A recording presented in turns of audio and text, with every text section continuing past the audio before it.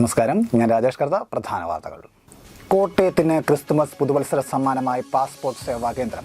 നടപടികൾ ഒരാഴ്ചയ്ക്കുള്ളിൽ പൂർത്തീകരിക്കുമെന്ന് Thomas Chazhikadan MP. പ്രവർത്തനം തുടങ്ങുക വിദേശകാര്യ മന്ത്രാലയം നിശ്ചയിക്കുന്ന ദിവസം. ക്രിസ്തുമസ് വിപണി സജീവമായി. കൗതുകം തീർത്ത് ക്രിസ്തുമസ് ട്രീകൾ. LED നക്ഷത്രങ്ങൾക്കും ആവശ്യക്കാരേറെ. കപ്പ കൃഷിക്ക് വെല്ലുവിളിയായി ഫംഗസ് രോഗബാധ. കിഴങ്ങടക്കം ചീഞ്ഞു പോകുന്നു. കർഷകർ പ്രതിസന്ധിയിൽ. വാർത്തകൾ വിശദമായി. കോട്ടയത്തിന് ക്രിസ്തുമസ് പുതുവത്സര സമ്മാനമായി വീണ്ടും പാസ്പോർട്ട് സേവാ കേന്ദ്രം പ്രവർത്തനം തുടങ്ങും. നടപടിക്രമങ്ങളെല്ലാം പൂർത്തിയായതായി തോമസ് ചാഴിക്കാടൻ MP പറഞ്ഞു. കോട്ടയം ലോക്സഭാ മണ്ഡലത്തിന് ക്രിസ്മസ് പുതുവത്സര സമ്മാനമായി പാസ്പോർട്ട് സേവാ കേന്ദ്രം വീണ്ടും പ്രവർത്തനം ആരംഭിക്കുമെന്ന് തോമസ് ചാഴികാടൻ MP. ഇതിനായുള്ള എല്ലാ പ്രവർത്തനങ്ങളും പൂർത്തിയാക്കിയതായി MP അറിയിച്ചു. പാസ്പോർട്ട് സേവാ കേന്ദ്രത്തിന്റെ പ്രവർത്തനം തുടങ്ങാൻ തടസ്സമായി നിന്നിരുന്ന ഇലക്ട്രിക്കൽ ഇൻസ്പെക്ടറേറ്റിൽ MP നേരിട്ട് ഇടപെട്ട തടസ്സം നീക്കിയതോടെയാണ് പാസ്പോർട്ട് സേവാ കേന്ദ്രത്തിന്റെ പ്രവർത്തനത്തിനുള്ള നടപടിക്രമങ്ങൾ വേഗത്തിലായത്. 2023 ഫെബ്രുവരി 16-നാണ് കോട്ടയത്ത് പ്രവർത്തിച്ചിരുന്ന പാസ്പോർട്ട് സേവാ കേന്ദ്രത്തിന്റെ പ്രവർത്തനം താൽക്കാലികമായി നിർത്തിവെക്കാൻ നിർദ്ദേശം വന്നത്. അന്നേ ദിവസം കെട്ടിടത്തിന് ഉലച്ചിലുണ്ടായി എന്നതായിരുന്നു വിദേശകാര്യ മന്ത്രാലയം നൽകിയ വിശദീകരണം. ഇതോടെ കോട്ടയം പാസ്പോർട്ട് സേവാ കേന്ദ്രത്തിൽ സേവനം ലഭിച്ചിരുന്ന പ്രദേശങ്ങളിലെ അപേക്ഷകർക്ക് വലിയ ദുരിതമായി തീർന്നു. തോമസ് ചാഴികാടൻ MP വിദേശകാര്യ മന്ത്രിയെ നേരിൽ കണ്ട് നിവേദനം നൽകിയും ലോക്സഭയിൽ സബ്മിഷൻ ഉന്നയിച്ചും വിഷയം ശ്രദ്ധയിൽപ്പെടുത്തി. നിരന്തരമായ ഇടപെടലുകൾക്കൊടുവിൽ പാസ്പോർട്ട് സേവാ കേന്ദ്രം കോട്ടയത്ത് തന്നെ നിലനിർത്തുമെന്ന് കേന്ദ്ര വിദേശകാര്യ മന്ത്രി S. ജയശങ്കർ ഉറപ്പു നൽകി. കോട്ടയം റെസ്റ്റ് ഹൌസിന് സമീപം ഒലീവ് അപ്പാർട്ട്മെന്റിലാണ് പാസ്പോർട്ട് സേവാ കേന്ദ്രത്തിനായി സ്ഥലം കണ്ടെത്തിയത്. കെട്ടിടത്തിന്റെ 1ഉം 2ഉം നിലകളിലായി 14,000 ചതുരശ്ര അടി വിസ്തീർണമുള്ള സ്ഥലമാണ് സ്ഥാപനത്തിന്റെ നടത്തിപ്പ് ചുമതലയുള്ള ടാറ്റ കൺസൾട്ടൻസി സർവീസസ് പ്രവർത്തന സജ്ജമാക്കിയത്. ഓഫീസിലേക്കുള്ള ഉപകരണങ്ങൾ, അതിവേഗ ഇന്റർനെറ്റ്, കമ്പ്യൂട്ടറുകൾ, AC എന്നിവ സജ്ജമാക്കി.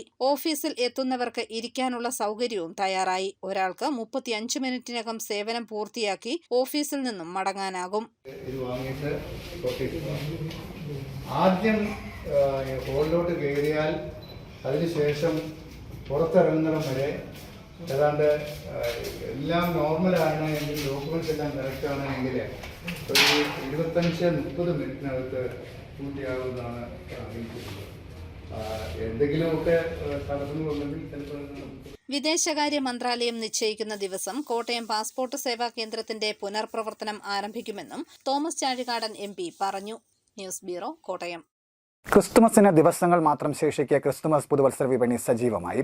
ക്രിസ്തുമസ് ട്രീയാണ് ഇത്തവണത്തെ താരം. ക്രിസ്മസ് വിപണി സജീവമായി. LED, നിയോൺ നക്ഷത്രങ്ങൾക്ക് തന്നെയാണ് ആവശ്യക്കാർ ഏറെയെങ്കിലും റെഡിമെയ്ഡ് പുൽക്കൂടുകൾക്കുമുണ്ട് ആവശ്യക്കാർ. ഇപ്രാവശ്യം വിപണിയിൽ വൈവിധ്യമായത് ക്രിസ്മസ് ട്രീകളാണ്. പ്ലാസ്റ്റിക്, ഫൈബർ നാരുകളിൽ തീർത്ത വെളുത്ത ക്രിസ്മസ് ട്രീകൾക്കാണ് ഡിമാൻഡ് കൂടുതൽ. വിവിധ നിറങ്ങളിലും വലിപ്പങ്ങളിലുമുള്ള LED നക്ഷത്രങ്ങൾക്ക് വില 200-ന് മുകളിലാണ്. 2-3 വർഷം കേടുകൂടാതെ നിൽക്കും എന്നതും LEDയെ സാധാരണക്കാർക്ക് പ്രിയപ്പെട്ടതാക്കുന്നു. പുൽക്കൂടിനുള്ളിൽ തൂക്കുന്ന 10 രൂപയുടെ മുതൽ 1000-ന് മുകളിലുള്ള കടലാസ് നക്ഷത്രങ്ങളും ക്രിസ്മസ് വിപണിയിലുണ്ട്. 1 അടി മുതൽ 10 അടി വരെ ഉയരത്തിൽ ക്രിസ്മസ് ട്രീകളും വിപണിയിൽ സജീവമാണ്.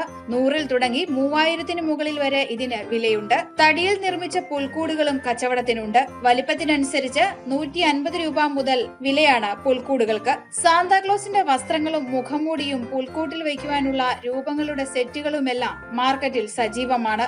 എല്ലാ തവണയും പോലെ സ്റ്റാർ ലൈറ്റുകളുടെ വിപണി തന്നെയാണ് ഇപ്രാവശ്യവും താരം. ഡെക്കറേഷൻ ലൈറ്റുകൾ, നക്ഷത്രങ്ങൾ, ക്രിസ്മസ് ട്രീ തുടങ്ങി ക്രിസ്മസിനെയും ന്യൂ ഇയർ ആഘോഷങ്ങളെയും വരവേൽക്കാനുള്ളതെല്ലാം വിപണിയിൽ വിൽപ്പനയ്ക്കായി എത്തിയിട്ടുണ്ട്.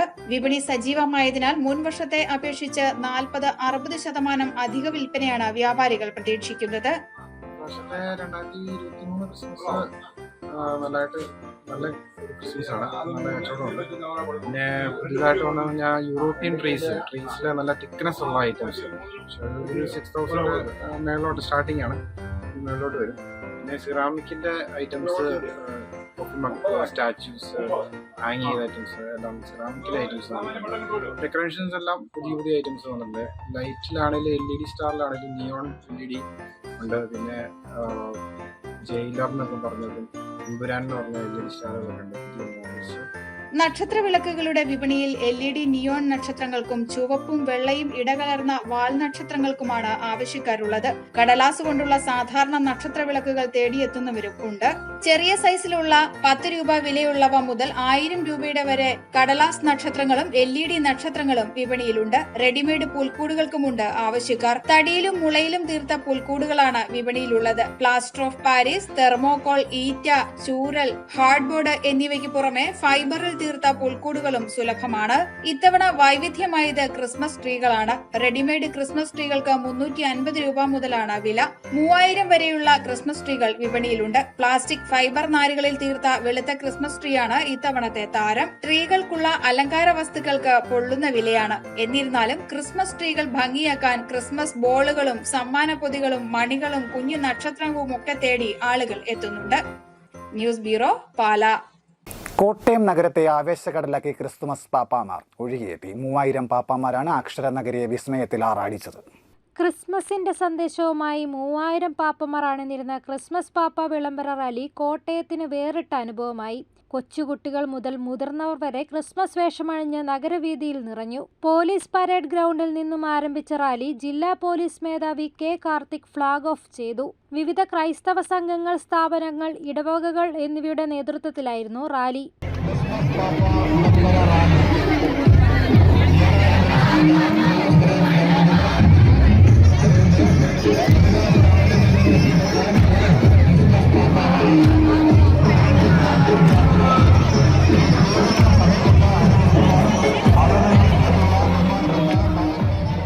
റാലി തിരുനക്കര മൈതാനിയിൽ സമാപിച്ചു. തുടർന്ന് ക്രിസ്മസ് കേക്ക് മുറിച്ച് ക്രിസ്മസ് സന്ദേശങ്ങൾ പങ്കുവച്ചു. മരച്ചീനി കൃഷിക്ക് വെല്ലുവിളിയായി ഫംഗസ് രോഗം കോട്ടയം ജില്ലയിൽ പടരുന്നു. ഫംഗസ് ബാധ ചെടിയെ ബാധിച്ച് കിഴങ്ങടക്കം ചീഞ്ഞഴുകിപ്പോകുന്ന അവസ്ഥയാണിത്. മരച്ചീനി കൃഷി നടത്തുന്ന കർഷകർക്ക് പുതിയ വെല്ലുവിളിയായി ഫംഗസ് രോഗം. മരച്ചീനിയുടെ തണ്ടിന്റെ അടിഭാഗത്ത് പടരുന്ന ഫംഗസ് പതിയെ ചെടിയെ മുഴുവൻ ബാധിച്ച് കിഴങ്ങടക്കം ചീഞ്ഞഴുകി പോവുകയാണ് ചെയ്യുന്നത്. മുൻ വർഷങ്ങളിൽ കപ്പയ്ക്ക് രോഗം ബാധിച്ചിരുന്നെങ്കിലും ആദ്യമായിട്ടാണ് ഇത്രയും വ്യാപകമായി കൃഷി നശിക്കുന്നത്. കോട്ടയം ജില്ലയിൽ തന്നെ ഹെക്ടർ കണക്കിന് മരച്ചീനിയാണ് ഈ ഫംഗസ് ബാധിച്ച് നശിച്ചുകൊണ്ടിരിക്കുന്നത്. മരച്ചീനിയുടെ വിളവെടുപ്പ് അടുക്കാറായപ്പോൾ ഉണ്ടായ തിരിച്ചടി മൂലം കർഷകർ നിരാശയിലാണ്. കടം വാങ്ങി കൃഷി ഇറക്കിയ കർഷകരിൽ പലരും കടക്കണിയിലാണിപ്പോൾ. കൃഷി പ്രകൃതിക്ഷോഭത്തിൽ നശിച്ചാൽ മാത്രമേ സർക്കാരിൽ നിന്നും ധനസഹായം ലഭിക്കുകയുള്ളൂ എന്നാണ് അധികാരികൾ നൽകുന്ന വിവരമെന്ന് കർഷകർ പറയുന്നു. രാമപുരം പഞ്ചായത്തിൽ വ്യാപകമായിട്ട് കപ്പ കൃഷി ചെയ്യുന്ന ഒരു എളിയ കർഷകനാണ് ഞാൻ. ജിന്നി തോമസ് എന്നാണ് എൻ്റെ പേര്. ഈ കഴിഞ്ഞ പ്രാവശ്യം 10,500 ചോട് കപ്പ ഇട്ടതിൻ്റെ അകത്ത് 100 ചോടിനെ കേടായിട്ട് കണ്ടുകൊള്ളുമായിരുന്നു. ഈ പ്രാവശ്യം അതിൽ മുഴുവൻ തന്നെ കേടായിട്ട് നശിച്ചു പോയ അവസ്ഥയാണ്. എനിക്ക് മാത്രമല്ല, അരുൺ തോമസ് കോലത്തുകൊണ്ട് ഇവിടെ പാട്ടത്തിന് ചെയ്തിരിക്കുന്ന ബാക്കി കർഷകരുടെ എല്ലാവരുടെയും കപ്പ ഇങ്ങനെ നശിച്ചു പോയിരിക്കുകയാണ്. ഇതിന് എന്നതേലും ഒരു പ്രതിവിധി സർക്കാരിൻ്റെ ഭാഗത്തു നിന്ന് ഉണ്ടാകണമെന്നാണ് നമ്മുടെ ഒരു എളിയ അപേക്ഷ. വളത്തിന് വില കൂടിക്കൊണ്ടിരിക്കുന്നു, പണിക്കൂലി കൂടിക്കൊണ്ടിരിക്കുന്നു. ഇത് വ്യാപാരികൾ കൊണ്ടുപോകാൻ മടിക്കുന്നു.